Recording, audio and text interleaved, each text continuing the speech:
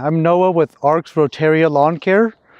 Today I'm going to be explaining what the purpose of lawn dethatching and aerating, and also what to expect when the service is performed.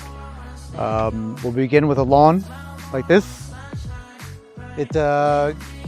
Over time, or over about 4 to 7 years, you'll create a layer that retains onto water that doesn't allow the water to sink into the ground. So what we do is we provide a service called dethatching, which will rake the lawn about 1,000 times a minute, removing that layer, allowing water to get into the soil. So I will show you what that process looks like, and then we will begin the lawn aeration and restoration of the lawn. This is a service that's typically done in spring and fall for the cooler seasons. That way the lawn doesn't get so stressed out after the service is performed. Okay, now we've accomplished dethatching the second time, and this is crossed the lawn. This is for a deeper, making sure that we get out all the thatch out of your lawn. As you can see, it's pretty much about the same amount. So doing a second pass is very important, because if you're going to do this process, you just want to do it once. Otherwise, you will be repeating this process every 3 to 5 years when it should take every 7 to 10 years. But this is a nice thorough thatching process. We got as much as we could out before we start really tearing into the ground. So this is what it's supposed to look like after the second pass, and making sure that we've removed all the thatch from your property.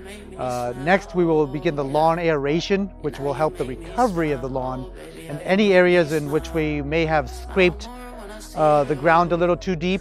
We brought compost and seed to help recover those areas, so that you come back to a nice beautiful lawn in the coming months. We will be returning in about a month and a half, 6 weeks, to see what the lawn looks like then after a dethatching process. All right, now we've completed the second pass of dethatching, and we'll finish off with the last step, which is going to be to aerate the lawn, which will help alleviate the compaction in the soil.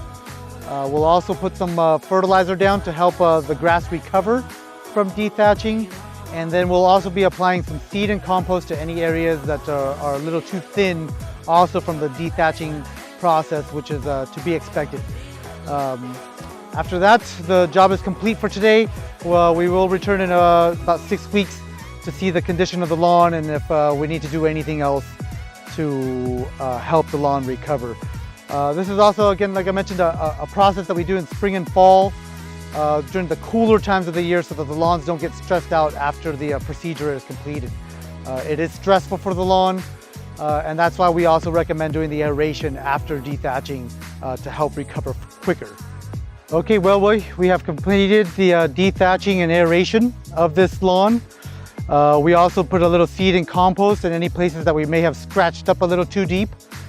We will be returning in 6 weeks to see the results. Again, right now the time is in late August.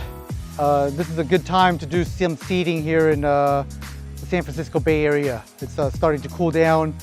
Cooler evenings means a lot more water at nighttime with humidity, and also it's not so stressful for the lawn when it's so hot. So it's a nice cool time to perform this procedure, and that's dethatching and aerating, and then also a little seeding and composting for recovery. Okay, that's all. We'll check out this property in about 6 weeks. Take care.